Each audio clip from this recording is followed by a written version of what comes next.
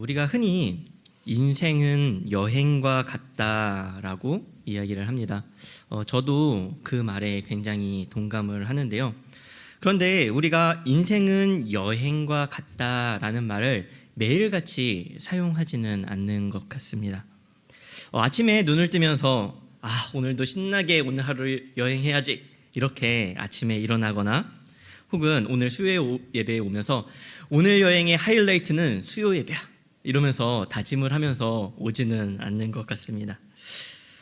이렇게 우리가 인생은 여행과 같다라는 말을 쓸 때는요, 나의 삶의 자리에서 한 발자국 뒤로 물러서서 인생 전체를 바라보면서 그때 사용하게 되는 것을 알 수 있습니다.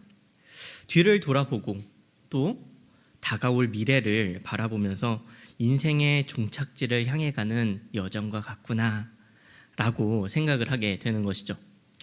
우리는 오늘 인생의 여정 속에서 하나님의 말씀 앞에 서 있습니다. 오늘 본문의 이스라엘 백성들 역시 인생의 여정 가운데 하나님의 말씀 앞에 서 있는 것을 보게 됩니다. 하나님은 언제나 자신의 백성들을 말씀 가운데로 부르십니다. 그리고 그 말씀으로 하나님의 백성들을 인도해 가십니다. 오늘 그 말씀 아래 하나님의 인도하심을 발견하는 우리 모든 성도님들이 되시기를 소망합니다. 오늘 본문은요, 신명기의 첫 부분으로 나타납니다. 5절 말씀을 보면 이스라엘 백성이 가나안 땅에 들어가기 전 요단 동편에 서 있는 것을 알 수 있습니다. 이스라엘은 40년 동안 광야에서 생활을 하다가 이제 요단 동편에 두 개의 나라를 정복하고 가나안 땅에 들어가기 전에 그 땅을 향해 나가려는 그 상황 가운데 있습니다. 긴 광야 생활의 40년 끝이자 가나안의 시작 직전에 있는 그 시작에 서 있습니다. 과연 이 이스라엘 백성들의 마음은 어땠을까요? 아마도 제 생각에는 기대가 되었을 것 같아요. 여러분 혹시 내 공간을 처음 가졌을 때를 기억하십니까? 처음 집을 사셨을 때 혹은 처음으로 큰 집으로 이사를 갔을 때 혹은 내 방을 처음 갖게 되었을 때 이런 때가 분명히 있을 거라고 생각이 듭니다. 저는 어릴 적에 단칸방에서 이렇게 좀 살았습니다. 한 7평 되는 방이었는데요. 그 단칸방 안에 냉장고, 옷장, 화장대, 책장, TV, 빨래대, 싱크대가 다 있었습니다. 그러니 제가 초등학교 5학년이 되었을 즈음에 딱 누우면 머리에는 장롱이, 발바닥에는 냉장고가 닿았어요. 그렇게 좁은 집에 살다가 부모님께서는 열심히 일을 하셨고 6학년이 되었을 때 제 생일날 이사를 가게 되었습니다. 34평의 아파트로 처음 이사를 가게 되었습니다. 네, 그렇습니다. 그러니 그 아파트가 제 생일 선물을 갖고 얼마나 좋았을지 아마 마음이 드실 거라고 생각합니다. 아마도 저는 그날 밤에 잠을 이루지 못했던 걸로 기억을 합니다. 이스라엘 백성들이 400년의 애굽에서의 종살이 그리고 40년의 광야 생활을 추가로 더해서 총 440년의 긴 세월을 서러움 속에서 살았습니다. 땅 없고 집 없는 서러움뿐 아니라 대가 없는 노동을 해야 됐고 10달 동안 품어서 낳은 자녀가 아들이면 아들이라는 이유 때문에 죽어야만 했던 부당한 대우를 받아야 됐던 그 서러운 시간들을 겪었습니다. 하나님의 능력으로 출애굽해서 광야로 나왔지만 여전히 집이 없어서 텐트를 치고 살아야만 했고 낮에는 덥고 밤에는 춥고 먹을 양식이 부족하고 물이 없어 늘 원망과 불평을 달고 살아야만 했던 그 처량한 삶의 끝이 그들에게 다가온 것입니다. 아마 우리가 처음 우리의 공간을 소유했던 그때보다 이스라엘 백성들이 느꼈던 그 감정들은 아마도 더 큰 기대감을 가지고 있었을 것 같습니다. 가나안 땅을 바라보며 젓갈꿀이 흐르는 그 땅을, 그동안 그들이 꿈꾸고 염원했던 그 땅을 바라볼 때 그것은 그들의 소망이었고 그들의 비전이었고 그들의 꿈이었습니다. 그들이 기대만 되었을까요? 아마도 두려움도 있었을 것입니다. 이스라엘 백성들이 왜 40년씩이나 광야를 방황해야만 했습니까? 왜 한 세대가 광야에서 죽어야만 했습니까? 약 40년 전 모세는 가나안 땅을 정탐하기 위해 정탐꾼들을 보냈고 그 땅은 하나님께서 말씀하신 그대로 젖과 꿀이 흐르는 땅이었지만, 그렇지만 그 땅의 거민들이, 그 땅에 살고 있는 원주민들이 거인과 같이 커다랗기 때문에 이스라엘 사람들은 두려움에 떨었고 자신들을 메뚜기와 같다고 비하해서 말했습니다. 그래서 그들은 그 가나안 땅을 포기했고 그리고 실패했습니다. 40년이 지난 지금도 앞선 세대가 겁먹었던 그 거인과 같은 원주민들은 여전히 그 땅에서 살고 있었고, 그리고 여전히 이스라엘 백성들은 그들보다 작고 연약했습니다. 그래서 아마도 두려웠을 것입니다. 이스라엘 백성들은 가나안 앞에서 기대감과 두려움, 이 두 가지의 마음을 다 갖고 있었습니다. 그러나 하나님께서는 이들이 단순한 기대감 혹은 두려움으로 이 가나안 땅을 향해 나아가길 바라지 않으셨습니다. 2절에 보면은 아주 익숙한 명칭이 세 가지가 나오는데요. 바로 호렙, 세일, 가데스 바네아라는 곳입니다. 오늘 설교의 제목이기도 합니다. 호렙, 세일, 가데스 바네아는요, 성경은 이 지역들의 거리가 10하룻길이라고 말씀합니다. 이스라엘이 40년이나 광야 생활을 했기 때문에 그 시간이 길었던 것처럼 그 거리도 길었을 것이라고 생각하기 쉬운데, 실제로 오늘 본문은 10하루 거리라고 말씀합니다. 광야에서 가나안 땅까지 10하루의 거리지만 40년이나 소유하게 된 이유는 우리가 잘 알듯이 이스라엘 백성들이 불순종했기 때문입니다. 그럼에도 불구하고 한 가지의 의문이 드는 것은 단 11일 만에 가데스 바네아까지 갔다는 것입니다. 호렙에서 가데스 바네아까지의 거리를 260km라고 하는데요. 어린 아이로부터 노인까지 200만의 백성이 260km를 10하루 만에 가는 것은 사실상 엄청난 강행군입니다. 출애굽하자마자 시내산에서 가데스 바네아까지 가는데 1년이라는 시간이 걸렸었습니다. 그러나 40년이 지나서 가데스 바네아까지 할 수 있는 한 최대한 빠르게 강행군을 했습니다. 이러한 특별한 방법으로 이동한 것은 분명한 하나님의 의도와 계획이 있다고 생각합니다. 호렙, 세일, 가데스 바네아는 이 세 지역은 이스라엘 백성들의 40년 광야 생활의 축소판입니다. 그들이 지나온 10하룻길은 40년 광야 생활의 요약본입니다. 여러분은 혹시 모든 대부분의 시험은요, 시험 공부는 시험 보기 하루 전날을 위한 공부라는 것을 혹시 아십니까? 오해하지 않으셨으면 좋겠는 게요, 벼락치기를 이야기하고 싶은 게 아닙니다. 벼락치기는 우리의 생존을 위한 필수적인 도구고요. 제가 말하고 싶은 거는 시험 보기 전날에 하는 진짜 공부를 이야기하고 싶은 겁니다. 저는 자격증을 몇 개 이렇게 취득한 적이 있는데요. 대부분의 이제 시험들을 보다 보면은 시험 자체의 난이도보다는 시험 범위가 너무 넓어서 이 시험을 보기가 힘든 경우들을 많이 보게 됩니다. 보통 처음 시험 범위를 처음 공부하는데 한 달의 시간이 걸린다고 하면 두 번째 볼 때는 그것에 거의 절반에 가까운 시간이 들고 그 다음번에 볼 때는 또 적은 시간 안에 그것을 다 볼 수 있고 또 공부를 하면 점점 시간이 줄게 됩니다.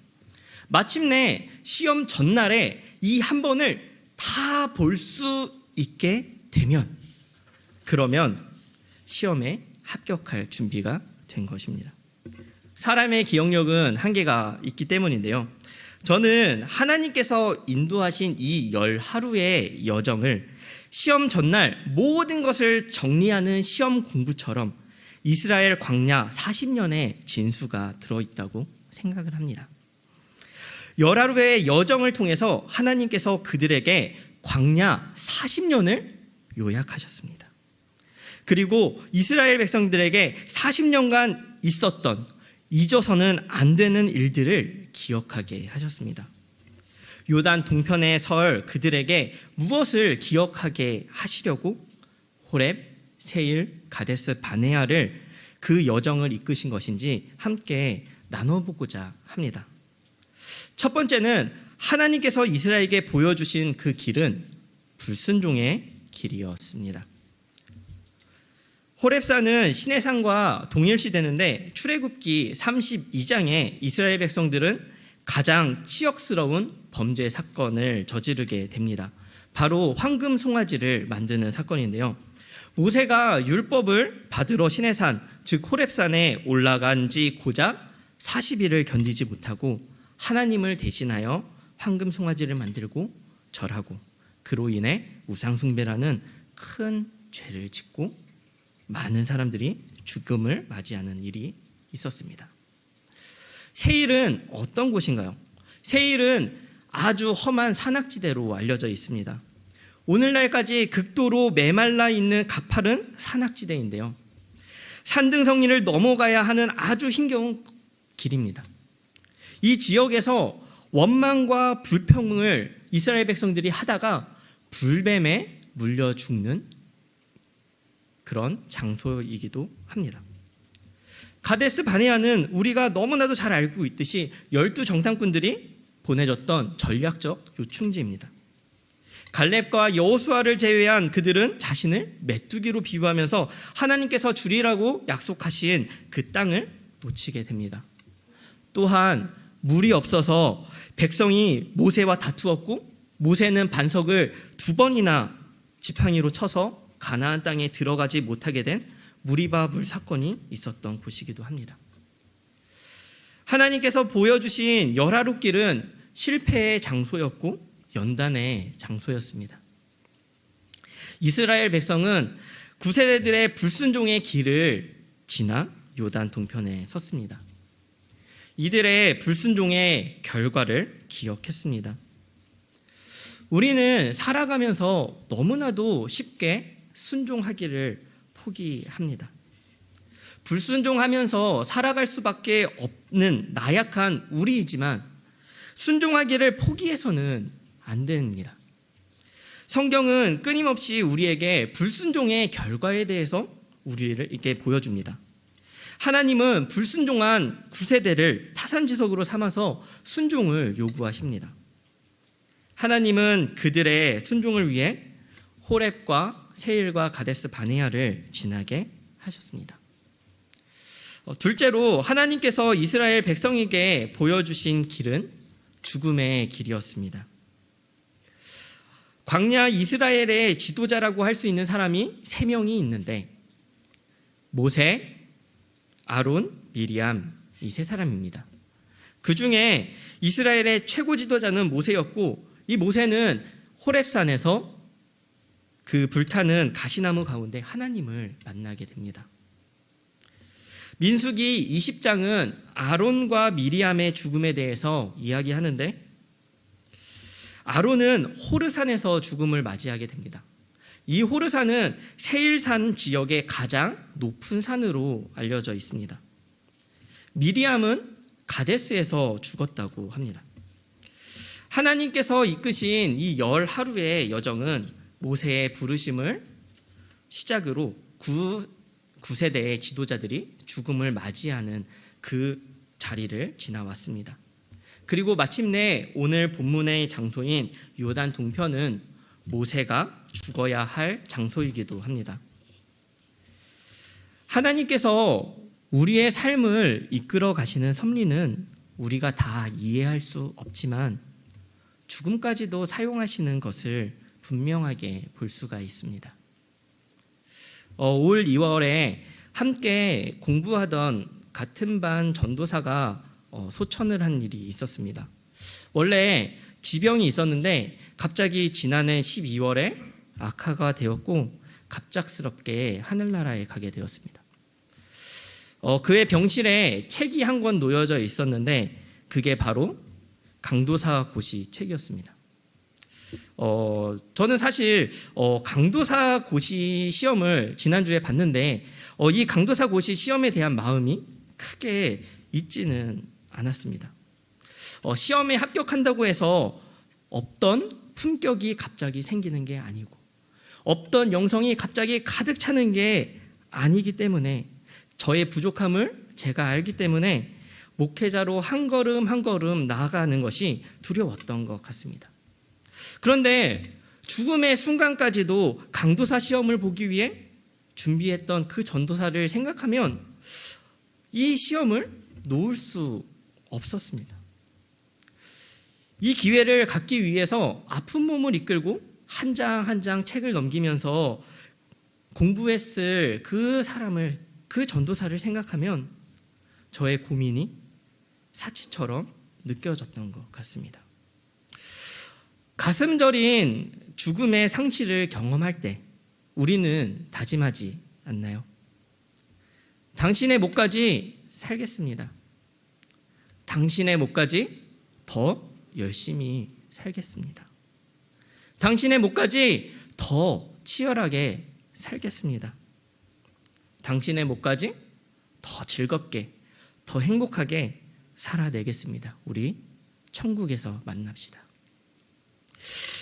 가나안 땅은 죽은 자들이 염원하던 곳이었습니다. 가나안 땅은 앞선 지도자들이 그토록 밟기를 소망하고 고대하던 곳이었습니다. 10하루의 여정은 지도자들의 무덤을 지나왔습니다. 뿐만 아니라 자신들의 부모님들, 수많은 사람들의 무덤을 밟으면서 지나온 길입니다. 그들이 죽는 그 순간까지 꿈꾸던 가나안 땅, 그곳을 향해서 온 여정이었습니다. 그리고 이 여정의 끝에 모세는 죽음을 맞이하게 됩니다. 이스라엘의 지도자는 모두 죽었습니다. 9세대들도 모두 죽었습니다. 그러나 이스라엘의 진짜 지도자이신 하나님은 영원히 죽지 않으시는 분이십니다. 그리고 가나안 땅을 약속하시고 그 약속한 것을 이루시며 이 10하루의 여정을 통해서 참된 지도자가 누구인가? 바로 이스라엘의 참된 지도자는 하나님이시다 라는 그 사실을 기억하게 만드는 그 길을 이스라엘에게 주셨습니다. 이스라엘 백성은 하나님을 의지하면서 요단 동편에 섰습니다. 그리고 참된 지도자이신 하나님께서는 그들에게 말씀하셨습니다. 셋째로 하나님께서 이스라엘에게 보여주신 길은 은혜의 길이었습니다. 호렙, 즉 시내산에서 이스라엘 백성들이 황금 송아지 사건으로 언약이 파기되고 돌판이 깨졌지만 하나님은 어떻게 하셨습니까? 다시 그들에게 두 돌판을 주시고 회복의 은혜를 더해 주셨습니다. 세일에서 원망과 불평으로 불뱀에 물려 죽었지만 하나님께서는 모세를 명하여 놋뱀을 만들게 하심으로 그것을 바라보는 자들에게 모두 나음을 입도록 은혜를 베푸셨습니다. 가데스 바네아에서 비록 불순종을 했지만 가나안 땅을 들어가지 못하고 40년 동안 광야를 떠돌게 되었지만 그럼에도 불구하고 갈렙과 여호수아라는 새로운 지도자를 세우시고 그리고 가나안 땅을 정복할 수 있도록 은혜를 더하셨습니다. 10하루의 여정을 통해 하나님은 불순종의 때에도 포기하지 않으시는 하나님의 은혜를 보여주시는 것입니다. 그리고 이스라엘에게 하나님의 은혜만을 의지하도록 하나님은 도와주셨습니다. 요단 동편에 선 이스라엘 백성들은 분명히 기대하고 두려워했을 것입니다. 그러나 하나님은 이스라엘 백성들이 단순한 기대감이나 두려움만으로 요단 동편에 서길 바라지 않으셨습니다. 하나님은 이스라엘이 기억하길 바라셨습니다. 하나님께서 베푸시는 담없는 은혜를, 하나님께서 약속하시고 하나님께서 이루어가시는 그 하나님의 역사하심을 기억하길 원하셨습니다. 그리고 준비된 이스라엘 백성들에게 하나님의 말씀이 선포되어집니다. 이 말씀이 바로 신명기서입니다. 우리가 살다 보면 고민거리가 생기고 어떻게 해야 할지 모를 때가 있잖아요. 저는 무슨 문제가 있으면 목사님하고 이야기하는 것을 싫어했습니다. 왜냐면요, 무슨 문제가 있어서 목사님한테 가면요, 목사님이 이렇게 말씀하시는 거예요. 기도합시다. 그리고 또 다른 문제를 가지고 목사님한테 가면은 또 이렇게 말씀을 하시는 거예요. 말씀 봅시다.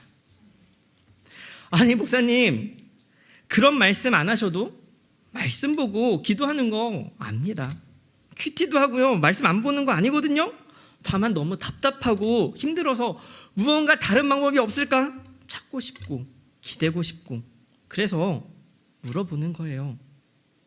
근데 왜 자꾸 말씀 봅시다, 기도합시다 라고만 하시는 겁니까? 라고 마음속으로 질문을 했던 것 같아요. 무엇을 선택할지 몰라 방황할 때에 기도하자, 말씀 보자는 그 이야기들이요, 전혀 와닿지 않았고 그것이 내 문제를 해결해 줄 수 없을 것 같았습니다. 그러나 분명한 사실은 말씀과 기도로 인생의 문제들이 해결된다는 사실입니다. 무언가 놀랍고 획기적인 감탄사가 나올 법한 방법들은 사실상 아주 단편적이고 일시적인 미봉책에 불과합니다.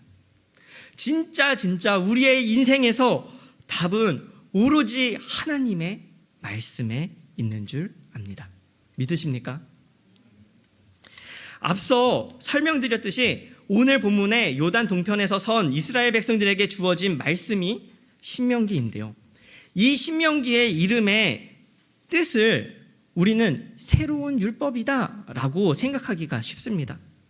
그러나 원문은 이 신명기라는 뜻이요, 이 법의 복사, 즉 율법을 반복한다는 의미를 가지고 있습니다. 모세에게 시내산에서 주셨던 그 율법을 다시 한번 새로운 세대에게 다시 한번 반복해서 전한다라는 의미를 가지고 있습니다. 그러면 이 새로운 세대들은 지금 이 율법을 처음 듣는 것일까요? 아마도 아닐 것입니다. 왜냐하면 광야를 살아가며 율법을 이미 알고 있었을 것이고, 성막을 짓고 죄를 지으면 제사를 지내야 했기 때문입니다. 40년 동안 하나님은 불기둥과 구름기둥으로 돌보셨고 하나님을 아는 것은 너무나도 자연스러운 일상이었습니다. 하나님 없이는 하루조차 제대로 살아갈 수 없는 하루살이 같은 인생들이었습니다. 하나님이 만나를 내려주시지 않으면 그들은 굶어 죽어야만 하는 인생이었습니다. 하나님의 말씀을 듣고 하나님을 삶에서 경험한 그들에게 하나님은 또 다시 그들에게 말씀을 하십니다. 이들에게 새롭게 주어지는 말씀이 아닌 전혀 새롭지 않은 들었던 말씀들을 다시 한번 반복하시는 것입니다. 이스라엘 백성이 광야에 있을 때에도, 요단 동편에 있을 때에도, 가나안 땅에 들어가 살 때에도 하나님은 언제나 동일한 말씀으로 인도하셨습니다. 만나와 메추라기는 광야에서만 주어지는 하나님의 은혜였지만 하나님의 말씀은 광야뿐 아니라 가나안 땅에서도 이스라엘을 인도하십니다. 그리고 그 말씀은 신실하게 오늘을 사는 우리에게도 우리의 삶을 인도하십니다. 우리의 인생을 되돌아보면 감사만 있는 것은 아닐지도 모릅니다. 우리의 삶에는 사랑하는 사람의 죽음도 있을 것이고 우리의 불순종과 실패와 좌절도 그리고 고통도 분명히 담겨 있을 것입니다. 그럼에도 불구하고 감사하다, 정말 우리의 인생이 저 천국을 향해서 가는 여행과 같다라고 분명하게 말을 할 수 있는 것은 하나님께서 인도하시며 지금도 우리에게 말씀하시기 때문입니다. 하나님의 말씀은 동일합니다. 과거에도 그랬고 오늘도 그렇고 우리의 미래에도 그러하실 겁니다. 하나님은 말씀을 따라 우리를 선하게 이끄시며 그 길을 따라 우리를 인도하실 것입니다. 그러니 하나님의 말씀 앞에 서는 것이 우리에게 가장 중요하고 안전한 길입니다. 이스라엘에게 주어진 11일의 여정은 그들을 말씀 앞에 서게 만들었습니다. 40년 동안 지겹도록 실패한 그들을 하나님은 붙드셨고 인도하셨습니다. 마침내 가나안을 목전에 두고 하나님의 신실한 말씀 앞에 그들을 서게 만드셨습니다. 우리는 늘 넘어지는 삶을 살아갑니다. 그리고 살아가면 살아갈수록 이스라엘과 별반 다르지 않다는 것을 너무나도 잘 알고 있습니다. 그럼에도 불구하고 하나님은 늘 넘어지는 소망 없는 우리의 삶을 지겹다 하지 않으시고 실패할 수밖에 없는 우리의 인생을 포기하지도 않으시며 오늘 우리에게 동일하게 말씀하십니다. 그분의 은혜의 말씀에 믿음과 순종으로 나가는 우리 모든 성도님들이 되시기를 간절히 소망합니다.